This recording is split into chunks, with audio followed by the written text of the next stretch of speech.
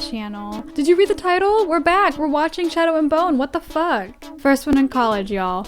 And that is near the end of the semester, but thank the Lord we're back. I have actually not finished the show. We have 3 more episodes to get through. Actually, if you haven't gone into the episodes that I've already watched, or you haven't watched the show yet, I really recommend you watch the episodes before watching me react to them, just because I do cut out a lot of scenes because each episode is around 40 minutes long, and so it's a lot easier if you can just watch it and enjoy it for yourself. Today we're going to be watching Shadow and Bone episode 6, which is titled The Heart is an Arrow, which we love a really romantic sort of sounding episode.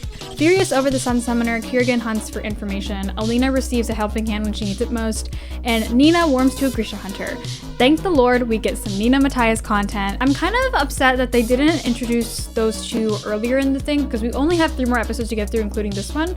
But hopefully season 2 has a lot more Nina Matthias content and we get into the whole plotline of the break-in, pretty much the Six of Crows plotline where they all break into a fortress and all that stuff. I hope we get to that one. Let's get into it. It's been a very long time since I've done this.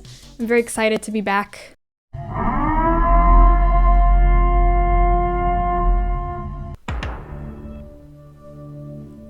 Also, I got new headphones, so yay me. Little controls. I love watching how each of them change. So I'm guessing this one is in the water because they literally just got shipwrecked. Hopefully it starts off with Nina Matthias. Oh no, never mind. Oh, I remember this. I've seen scenes of this. Swindled. So if you guys need a little bit of a disclaimer as to what happened, or a refresher, Kaz had actually set this guy up because he knew that he was going to try and kill the Sun Summoner since he had talked to West Ravka. And a lot of the politics behind Ravka's division has to do with the fact that the fold had pretty much split East and West Ravka, and West Ravka was fighting for independence, as in they didn't want to be connected to East Ravka anyway. They wanted to be their own sovereign state. And Kirigan doesn't want that. And this guy right here, called the Conductor, he had wanted to kill Alina because she's the only one that can take down the fold, and also because he was working with West Ravka and they want independence, so they want the fold to stay up. You smuggle Grisha out of my palace! You help. Sorry, whenever Ben Barnes yells, it's so funny to me. And seeing him just that one shot of him angry. I probably shouldn't laugh because, he's crazy when he's angry. Ben Barnes angry is another human to me. He's not Ben Barnes anymore. He's just so funny and, he's just so funny. Tell me how I can help. You already have. I like the motions that Grisha have when it comes to this stuff, but he's gonna get consumed by the shadows. I just want to know, how does the darkness take a human shape? She's so cool. I have a really big crush on Jessie May. I think she's really, really pretty, and she also is really good at acting as Alina Starkov. Neither do I, so I'll just be on my way. Clearly. He said, bitch, nah. As you motherfucking should. Also, I love that Inej is the one that's you can go, and she's bowing to her. The character work in this show is actually really good because they all react like their characters. They casted very, very nicely. Inej would have been the one that's very reverent towards Alina, which I really like. They casted really nicely for this show. Bro, you have to keep touching the board. This bitch really fell asleep on there. Wake up! I just know for a fact this must have been a horror to film. I'm ready for them to be a couple, because they're probably one of my favorite couples They're one of my favorite canon couples in the Grishaverse. So I need them to get together. I hope they really continue establishing a live action series for each one. I would love to see the Grishaverse, all of Nina comes back, they do the ice court thing, and then Matthias. It's canon, Matthias dies, but I would also love to see Nina, on her own, meeting Hannah. Maybe she was rescued. Maybe she ran with them. This bitch is going to get her ass whooped. The Darkling is an interesting character in the fact that, like, his ambition comes first. Obviously, we know that his intentions with her aren't pure. He doesn't want to use her to get rid of the fold. He wants to use her to strengthen it so he can increase his power. We already get that. The thing is, she's speaking valid points. He's refusing to listen to her. I feel like Zoya was completely underplayed in, like, the first few books. But Homegirl does get a series to her own. Everyone read King of Scars. She's going to try to make a move, and I'm gonna have a lot of... I shall relax when I have Alina. Damn. That's when, I think this is the point where she realized she's been replaced. This language is so pretty though. I love also how this show, all of the languages are based off a real one, so you can definitely hear the influence. Like, I think if in this one, maybe like German, Russian, kind of. The languages that they speak in this are just so nice and like pleasing to the ear. And Fjordan's definitely one of them. This show did a really good job of bringing what I thought was on paper to screen. Okay, now she wants to be fast. I would think after all the time you spend in the orphanage, you'd be very good at running. But no. She is incredibly slow. Is this where she meets Mal? Is Mal gonna rescue her? I used to be such a Dark Lena fan, and then I read the books and then watched the first few episodes of this, and I am now a firm believer of Melina. I have the body heat and the power to help keep you warm. Her voice is so satisfying. Her voice is so husky. It just makes me, like, feel things. Man is ripped! Man is hot. Not yet. She's gonna warm him up, but man is hot, objectively. He is extremely attractive. And so is she. I would date both of them. I would date everyone in this show. Except Ben Barnes, because he's a bit out of my age range. Should I release like a boyfriend application or something? Because I really need to... I need to date somebody. It's like lying next to a burly squid. You told me. That is a great insult. You're a burly squid. I'm going to use that. She's so pretty. I love her hair. I love how this is just turning into a Nina fan account. To a palace, Alina. They would have split us up. How is he just now realizing what the problem is? Like, she obviously has... They both have separation anxiety for each other. Let me put this out there. Book-wise, I hate miscommunication trope, but I will forgive it in this sense because it made both of them pine for each other even more. Is that a threat to return me to Helene? Either we get He'll never do that. or Helene gets the Crow Club and Pekka gets whatever's left. Wait. Why would Helene... He bet on you. Because he bet on you, honey. Kaz. He bet his club on getting your freedom. Which is a romantic gesture, might I add. I'm sorry. It took me this long to see you, Alina. See, this is what a proper apology is. He's accepting that it's his fault. This isn't where I have my way with you. Please don't say things like that if the man... Yeah, I can feel just how much you hate sleeping next to me. Did he have a boner? Wait, hold up. This early? My dude hasn't touched a woman.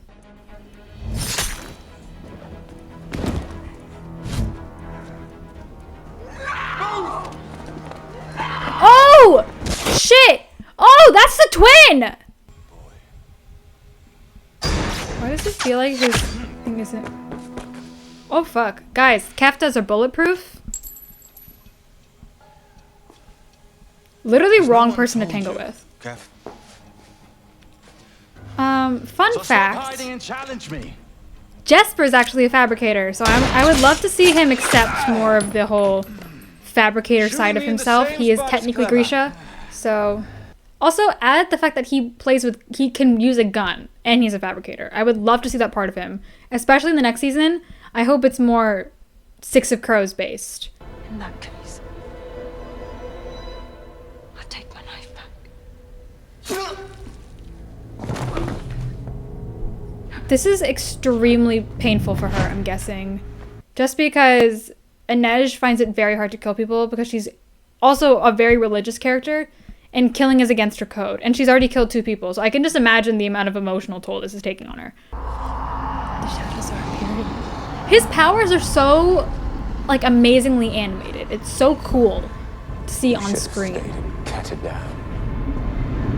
Mr. Brecker. The way that people say is also bomb. For a man that can't walk properly, he's really good at running. Fine. Mal is someone who's very mission-minded, which I usually enjoy, but he's like mission-minded to a point where it's stupidity. Well, he'll do the mission, or he'll die. That's like literally the only two. Man is also ripped! Why is everyone ripped in this show? Okay, and she is injured, and can we just examine the scene though? Okay, so she's clearly injured. Look at his face. Hold up, let me show you his face. I just need to see his face. Look at his face. He clearly wants to help her, but because of this whole no-touch policy, he's also disgusted to help her because he can't stand human touch. Just the internal conflict in his face is just Freddie Carter. She's done. Also, I love the Jesper and Inej dynamic. David! He gets hit in the head with the cane. Poor boy. It's possible. He's so cute don't and need to. lost. You don't need to put your Yes. hand up. David. He'll hunt me down, and he'll never stop. I'm the only threat to him now. Who's Alexander? The Darkling. She knows his name. They were intimate. They made out. I made some stupid choices at the Little Palace. And he... You don't owe me an explanation. You know who could learn from this man? Mr. Hardin Scott from After, which I am making a video on. You will see that soon. But that man could learn so much from this man, as in you don't owe me an explanation. There are so many instances where we're going to just strangle. Miss Starkov is in the woods. She's gonna get captured next going episode, after and they're going to kill the stag. They're gonna kill Stag. Why couldn't he figure it out like later? That caps off this episode. Yeah, so lots to unpack there. Let's talk about it a little bit before I cap off the video because there's so much. Oh my god. So obviously what's gonna happen next episode is she's gonna get captured. He's gonna kill the stag. He's gonna make the caller. I hope Nina and Matthias become a couple, but I already know what's gonna happen in the last episode because I read the book, so I already know she's gonna abandon his ass and put him in prison. This really makes me hope that if they do make a second season, it's set up for Six of Crows based storyline where they go to the ice court and they break Matthias out of jail and like all that stuff. I really hope that happens and like they have like the whole she has to regain his trust and like Kanej is somewhat more canon, I guess, and like things like that. And they introduced Wyland Van Eck, who is one of my favorite characters in the entire Grishaverse because he's just so cute and tiny and adorable. So I hope that happens because there's so much to unpack in that series. Not like there's nothing to unpack in Shadow and Bone, but like just I really hope they focus more on the crows as well because they kind of added them into this storyline. I just need more, you know? Anyway, thank you guys so much for watching today's video. It's been a long time since I've done reaction videos. I'm really happy to get back into it. Look out for more of these reactions. We only have 2 more episodes to go in Shadow and Bone, so I will definitely be reacting to those in the next few weeks. I've somewhat made like an actual upload schedule where I upload every Thursday. So I post pretty much 3 days a week. Tuesdays on my Weird Wacky Tales podcast, Thursdays on this channel, and then Fridays on Musings of a Raging Introvert. Check out my Spotify. I record covers. All of the covers that you've seen on this channel, except Why Do You Call Me When You're High, are on my Spotify, so you can check those out. It's literally just my channel name, G1A. Black Lives Matter and Anti-Asian Hate resources are also linked down below. Please read some stuff, okay? I realized that education is probably one of the best ways for us to get through this entire thing and really effectively help people is if we're educated on how we can, you know, talk about this type of stuff and not be insensitive and stuff like that. So really check that stuff out. It's really important. So I have some resources down there. I have some petitions. I also have some bail funds. COVID is still a thing. Get vaccinated. I got my booster pretty recently. I got it over Thanksgiving break.